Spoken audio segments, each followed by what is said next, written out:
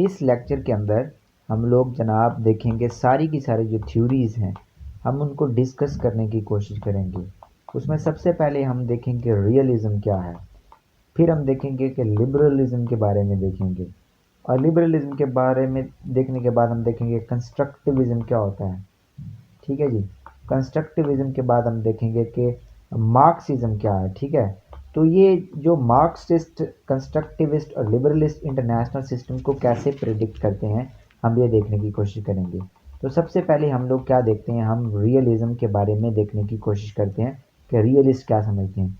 Realist करते हैं कि इंटरनेशनल सिस्टम के अंदर होप्सियन स्टेट ऑफ अफेयर है।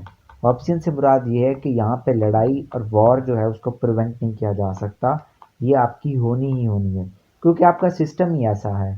हर बंदा अगेंस्ट है दूसरे के। एवरी स्टेट जो है उसका जो इंटरेस्ट है वो दूसरे के इंटरेस्ट को जियो पैराडाइज करता है। ठीक है। स्टेट वन स्टेट इंटरेस्ट जो है वो एक स्टेट का जो इंटरेस्ट है वो जियो पैराडाइज करता है। वो जियो पैराडाइज किसको करता है? दूसरी स्टेट के इंटरेस्ट को। तो ऐसा करने से क्या होता है, एक स्टेट की सिक्योरिटी अगर बढ़ जाती है, इसका मतलब ये है कि एक स्टेट की अगर सिक्योरिटी क्या होती है, हाई हो जाती है, तो दूसरी स्टेट की क्या हो जाती है, कम हो जाती है। फिर वो जो दूसरी स्टेट है जिसकी सिक्योरिटी कम हुई है वो क्या करेगी, वो और करेगी आर्मामेंट, और फिर वो उसकी आर्मामेंट से क्या हो जाएगा, दूसरे की सिक्योरिटी कम हो जाएगी। तो ये एक प्रिजनर डायलीमा चलता रहेगा, और प्रिजनर डायलीमा से क्या होगा, प्रिजनर डायलीमा से क्या होगा जनाब, आपकी दुनिया के अंदर पीस रहेगा। यानी दुनिया में जो डिटरेंस है, डिटरेंस जो है ये क्या करती है, डिटरेंस ही आपकी कंट्री के अंदर क्या लाती है, पीस लाती है। इस दुनिया के अंदर बेसिकली जो है वो पीस लाती है। ये रियलिस्ट का कहना है।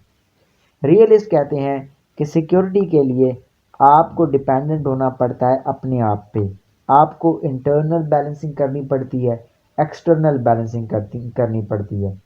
इंटरनल और एक्सटर्नल बैलेंसिंग है क्या बेसिकली, ठीक है, तो हम वो देखते हैं। इंटरनल और एक्सटर्नल बैलेंसिंग ये है कि जो इंटरनल बैलेंसिंग होती है बेसिकली वो ये है कि आप क्या करते हो, आर्मामेंट करते हो, आप टेक्नोलॉजिकली अपने आप को एडवांस करते हो, आप अपनी इकॉनमी को बेहतर करते हो, आप हथियार खरीदते हो। और एक्सटर्नल बैलेंसिंग क्या होती है, एक्सटर्नल बैलेंसिंग से मुराद ये है कि आप किसी बड़ी स्टेट से क्या करते हो, अलाइंसेस बना देते हो। तो इसको कहते हैं एक्सटर्नल बैलेंसिंग। तो रियलिस्ट का मानना ये है कि वॉर को प्रिवेंट इंटरनेशनल सिस्टम में नहीं किया जा सकता, क्योंकि सिस्टम होप्सियन स्टेट ऑफ अफेयर है। थॉमस हुब्स ने अपनी किताब लिवियादन में जो लिखी थी वो वाली स्टेट है।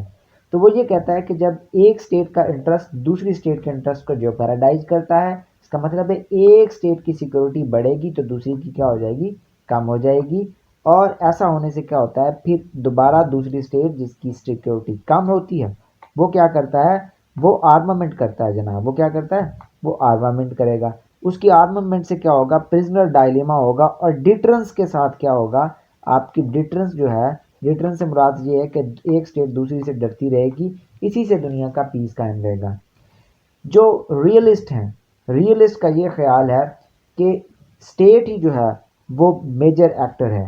रियलिस्ट का क्या ख्याल है, रियलिस्ट का ख्याल ये है, रियलिस्ट ये समझते हैं कि जो स्टेट है, रियलिस्ट व्यू ये है कि जो स्टेट्स होती हैं ये क्या होती हैं, यही जो है वो सारा कुछ है। यानी इंटरनेशनल ऑर्गेनाइजेशंस जैसे यूएनओ जो है, उनका जो रोल है इंटरनेशनल सिस्टम में वो बड़ा मिनिमाइज है, वो बहुत थोड़ा है। तो स्टेट्स जो होती हैं वो डोमिनेंट फैक्टर होती हैं इंटरनेशनल सिस्टम के अंदर, उनका ये मानना है। और फिर इंटरनेशनल जो रियलिस्ट हैं, इनकी दो ब्रांचेज हैं, एक होते हैं ऑफेंसिव रियलिस्ट और दूसरे आपके क्या हैं, डिफेंसिव रियलिस्ट। डिफेंसिव रियलिस्ट ये समझते हैं कि जो इंटरनेशनल सिस्टम है, क्योंकि वो क्या है, अनार्कियल है, तो हर स्टेट क्या करती है, अपनी सिक्योरिटी को मैक्सिमाइज करती है और अपने इंटरेस्ट को क्या करती है, प्रमोट करती है। ऑफेंसिव ये कहते हैं कि स्टेट्स की इंक्लाइनेशन होती है कि वो अपनी पावर को क्या करे, वो मैक्सिमाइज करे, अपनी पावर को इंक्रीज करे। ठीक है। तो ये रियलिस्ट का एक पॉइंट ऑफ व्यू दुनिया का, कि दुनिया अनार्की है और यहाँ पे इंटरनेशनल ऑर्गेनाइजेशन का जो रोल है वो बहुत कम है। ह्यूमन बींग्स ग्रेडी होते हैं, वो स्टेट बनाते हैं, तो इस वजह से क्या है, आपका सारा जो सिस्टम है वो जो है वो अनार्कियल होता है, तो वॉर होती ही होती है। तो उनका ये कहना है। अब हम देखते हैं, अब लिबरलिस्ट का क्या मानना है। लिबरलिस्ट ये कहते हैं, उनकी पहली एजम्पशन ये है कि स्टेट्स की बजाय जो दूसरे जो ऑर्गन्स हैं या दूसरे जो एक्टर्स हैं वो इंटरनेशनल सिस्टम में उनका रोल होता है। फॉर एग्जांपल इंटरनेशनल ऑर्गेनाइजेशंस जैसे यूएनओ, तो वो स्टेट सेंट्रिक इंटरनेशनल सिस्टम को नहीं समझते। वो ये समझते हैं कि स्टेट्स के अलावा भी बहुत सारी चीज़ें होती हैं जो जिनका रोल होता है इंटरनेशनल सिस्टम में, ठीक है। उसके बाद वो दूसरी उनकी अजम्पशन ये है कि इंटरनेशनल सिस्टम के अंदर अनार्की तो है, लेकिन हम क्या कर सकते हैं, कोऑपरेशन करके, आपस में कोलैबोरेशन करके हम पीस को एक रियलिटी बना सकते हैं। यानी ऐसा नहीं है कि जो वॉर ही वॉर इंटरनेशनल सिस्टम में पीस एफर्ट्स के साथ लाया जा सकता है। जो लिबरलिस्ट हैं उनका ये ख्याल है कि जो इंटरनेशनल सिस्टम है उसके अंदर तीन चीज़ें जो हैं, थ्री पिलर्स, ये आपके दुनिया के अंदर पीस ला सकते हैं। वो कौन से हैं? सबसे पहली बात उनकी ये है कि अगर इंटरनेशनल सिस्टम जो है उसके अंदर इंस्टीट्यूशंस हों, तो वो ये कहते हैं कि जब इंस्टीट्यूशंस होंगे यूएनओ के, तो इंफॉर्मेशन का फ्लो होगा, इन्फो का फ्लो होगा। इंफॉर्मेशंस के फ्लो होने के साथ साथ स्टेट्स जो हैं उनकी कनेक्टिविटी होगी। इंटरनेशनल सिस्टम में कनेक्टिविटी होने के बाद क्या होगा, रेसिप्रोसिटी होगी। और रेसिप्रोसिटी होने के बाद इन इंटरनेशनल जो इंस्टीट्यूशंस हैं जैसे यूएनओ, होगा क्या कि आपका जो सिस्टम है वो क्या होगा, उससे पीस कायम होगा, यानी इन इंस्टीट्यूशन से। दूसरी अजम्पशन उनकी ये है कि सोशल लेवल के ऊपर क्या करना चाहिए, पीपल टू पीपल कंटैक्ट को क्या करना चाहिए, मैक्सिमाइज करना चाहिए। ये लिबरलिस्ट का मानना है। वो कहते हैं अगर एशिया के लोग यूरोपियंस के साथ कनेक्ट होंगे, उनके साथ मिलेंगे जुलेंगे, तो हेट कम होगा और उससे दुनिया में पीस आएगा। उनकी जो तीसरी एजम्पशन है वो ये है कि अगर हम नाफ्टा जैसे और उसके साथ साथ जैसे और है, अभी एक हुआ है कि मैक्सिको, कनाडा और यूनाइटेड स्टेट्स ऑफ अमेरिका के दरमियान एक नया ट्रेड का एग्रीमेंट हुआ है। वो कहते हैं अगर हमारी ट्रेड मैक्सिमाइज होगी तो हमारे जो इंटरेस्ट हैं वो क्या होंगे, एक दूसरे के साथ जुड़ जाएंगे। और वो इंटरेस्ट जुड़ने के साथ क्या होगा, हम एक दूसरे के साथ ज़्यादा पीस रखेंगे और एक दूसरे के साथ वॉर की तरफ नहीं जाएंगे। सही है जी। फिर वो ये समझते हैं कि अगर हम क्या करेंगे, अगर हम जो है वो ब्लॉक्स बनाएंगे, रीजनल ब्लॉक्स बनाएंगे, कनेक्टिविटी हमारे अंदर ज़्यादा होगी, तो फिर भी हमारे दुनिया के अंदर पीस ज़्यादा हो सकता है। और वो ये भी समझते हैं कि एक स्टेट के जो इंटरेस्ट हैं वो दूसरी स्टेट के इंटरेस्ट को जियो पैराडाइज नहीं करते। यानी अगर कोई ऐसी एक्टिविटी जैसे ट्रेड है जिससे दोनों को फ़ायदा हो रहा है, तो एक स्टेट दूसरे स्टेट से जेलस नहीं होगी और वो दूसरे से जेलस ना होके एक दूसरे के साथ वॉर नहीं करेगी। तो ये इन लोगों का मानना है दुनिया के अंदर। फिर वो ये भी कहते हैं अगर डेमोक्रेसी, दुनिया में डेमोक्रेटिक इंस्टीट्यूशंस हों तो दुनिया क्या हो जाती है, डेमोक्रेटिक इंस्टीट्यूशंस हों तो दुनिया में पीस होता है। तो उनकी कुछ ये अजम्पशंस हैं कि स्टेट्स के साथ साथ इंटरनेशनल ऑर्गेनाइजेशंस का भी इंटरनेशनल सिस्टम में बहुत ज़्यादा अहम रोल होता है। दूसरा वो ये कहते हैं कि अनार्की क्योरेबल है। ऐसा नहीं है कि अनार्की को क्योर नहीं किया जा सकता। वो कहते हैं कि अनार्की को कोऑपरेशन के साथ क्योर किया जा सकता है और पीस लाया जा सकता है।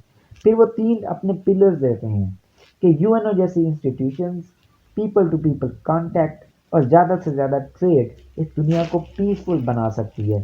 उनका ये मानना है। कंस्ट्रक्टिविज्म की ये जो थ्योरी है, अगर आप कुछ सवालात हैं उनका जवाब चाहते हैं कि नॉर्थ कोरिया और अमेरिका, यूएस आपस में लड़ते क्यों हैं, अगर आप इस चीज़ का जवाब चाहते हैं कि फ्रांस और जो जर्मनी थे वो पास में दो आर्क राइवल थे, वो आर्क राइवल से आपस में पीसफुल फ्रेंड्स कैसे बन गए, तो आपको क्या करना पड़ेगा, आपको कंस्ट्रक्टिविज्म की थ्योरी को देखना पड़ेगा। तो कंस्ट्रक्टिविस्ट ये कहते हैं कि जो इंटरनेशनल सिस्टम है, इंटरनेशनल सिस्टम में जो अनार्की है, इंटरनेशनल सिस्टम में जो अनार्की है आपकी, ये डिपेंड करती है आपके सोशल कंस्ट्रक्ट पे। ये किस पे डिपेंड करती है? आपके सोशल कंस्ट्रक्ट पे डिपेंड करती है। यानी अगर कंट्रीज लड़ते हैं तो वो सोशल कंस्ट्रक्ट होता है आपका, उस वजह से लड़ते हैं। वो ये कहते हैं कि किसी भी कंट्री के अंदर, फॉर एग्जांपल ये कंट्री है, वहाँ के जो लोग होते हैं उनका एक कल्चर होता है, फिर उनकी कुछ नॉर्म्स होती हैं, और उस नॉर्म्स के साथ उनका कुछ सोशल स्ट्रक्चर होता है। ठीक है जी, सोशल स्ट्रक्चर, और उसके साथ साथ उनके जो कल्चर, नॉर्म्स, सोशल स्ट्रक्चर होता है, और ये जो सारी चीज़ें हैं और कुछ आइडियाज़ होते हैं, ये सारी चीज़ें उस कौम की, उस नेशन का जो इंटरनेशनल सिस्टम के अंदर जो रोल है इंटरनेशनल पॉलिटिक्स में, उसको डिटरमाइन करते हैं। तो वो ये कहते हैं कि ये वक्त के साथ साथ क्या होता है, ये आपके कंस्ट्रक्ट चेंज होते रहते हैं, और इसी लिहाज से आपका जो इंटरनेशनल सिस्टम में रवैया है वो तब्दील होता रहता है। तो इसकी एग्जांपल ये देते हैं कि ये जो चार चीज़ें हैं जिनसे नॉर्थ कोरिया का कंस्ट्रक्ट बना है, तो नॉर्थ कोरिया का का जो एक मिसाइल है, नॉर्थ कोरिया का जो एक मिसाइल है, इन सारी चीज़ों की वजह से वो यूनाइटेड स्टेट्स ऑफ अमेरिका उसको समझता है कि ये उसके लिए डेंजर है। लेकिन अगर हम देखें कि बरतानिया के 500 न्यूक्लियर वेपन, ठीक है, न्यूक्लियर वेपन, वो अमेरिका को इतना खतरा नहीं देते। तो वो क्या वजह है? वो सोशल कंस्ट्रक्ट है अमेरिकन पीपल का, वो नॉर्थ कोरिया के पीपल का सोशल कंस्ट्रक्ट है कि अगर कोई भी इंडो पैसिफिक में यूएस हरकत करता है तो नॉर्थ कोरिया वाले उसको अपनी सिक्योरिटी को इन डेंजर समझते हैं। इसी तरह से पास के अंदर फ्रांस और जर्मन जो थे वो क्या थे? आपस में दुश्मन थे।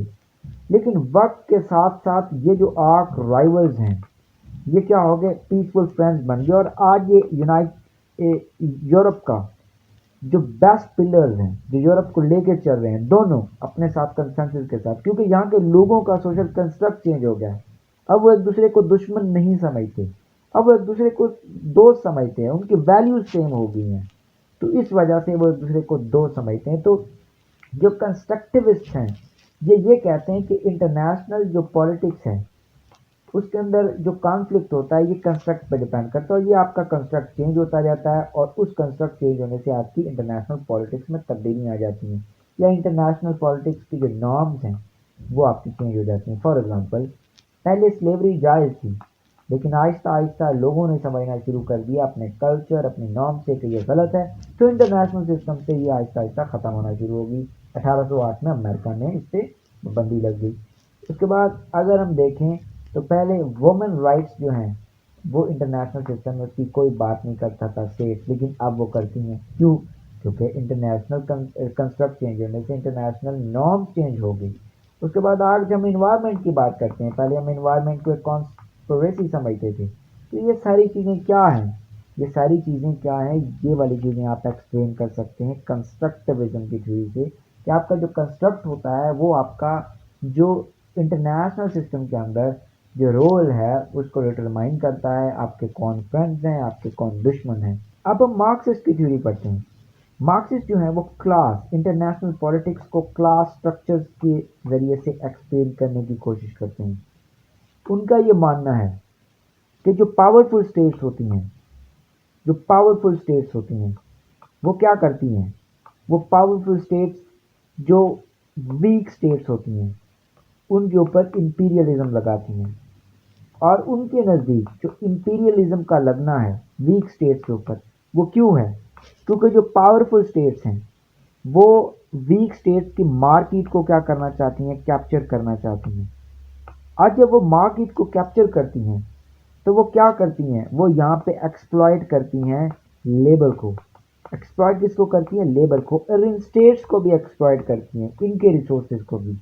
ठीक है, लेकिन वो ये कहते हैं कि ये जो पावरफुल स्टेट्स हैं इनके अंदर जो रूलर्स हैं वो कैपिटलिस्ट हैं, यानी इनके जो रूलर्स हैं उनको कंट्रोल कौन करते हैं? कैपिटलिस्ट, जो बड़े बड़े बिजनेसमैन होते हैं। और ये कैपिटलिस्ट क्या करते हैं? ये फोर्स करते हैं इस स्टेट को कि वो दुनिया में मार्केट्स देखें और अपना इंपीरियलिज्म लगाएं, और ये यहाँ पे इंपीरियलिज्म लगाते हैं, और उस इंपीरियलिज्म से आपके इंटरनेशनल सिस्टम में क्या होता है? वॉर हो जाती है जनाब। ठीक है, वॉर हो जाती है। तो वो वॉर को और इंटरनेशनल अनार्की को कैपिटलिस्ट और लेबर क्लास के जरिए से समझने की कोशिश करते हैं। वो कहते हैं कि पावरफुल स्टेट्स वीक स्टेट्स के ऊपर इंपीरियलिज्म लगाती हैं और उस इंपीरियलिज्म से वॉर होता है। वो क्यों लगाती हैं? क्योंकि उनको मार्केट चाहिए होती है। और वो मार्केट क्यों चाहिए होती है? क्योंकि कैपिटलिस्ट ज़्यादा से ज़्यादा प्रॉफिट बनाना चाहते हैं। और फिर कैपिटलिस्ट यूज़ करते हैं, स्टेट्स को इन्फ्लुएंस करते हैं, और स्टेट्स क्या करती हैं? उनका वो काम करती हैं मार्केट को कैप्चर करने का। तो उनके नज़दीक जो इंटरनेशनल सिस्टम है उसके अंदर जो इंटरेस्ट हैं वो स्टेट के इंटरेस्ट नहीं होते। वो कहते हैं कि जो स्टेट का इंटरेस्ट है वो बेसिकली किसका इंटरेस्ट है? स्टेट का इंटरेस्ट एक कैपिटलिस्ट का इंटरेस्ट है। क्योंकि कैपिटलिस्ट ही तो है जो क्या कर रहा है, इस स्टेट को क्या कर रहा है? कंट्रोल कर रहा है। कैपिटलिस्ट स्टेट्स को क्या करते हैं?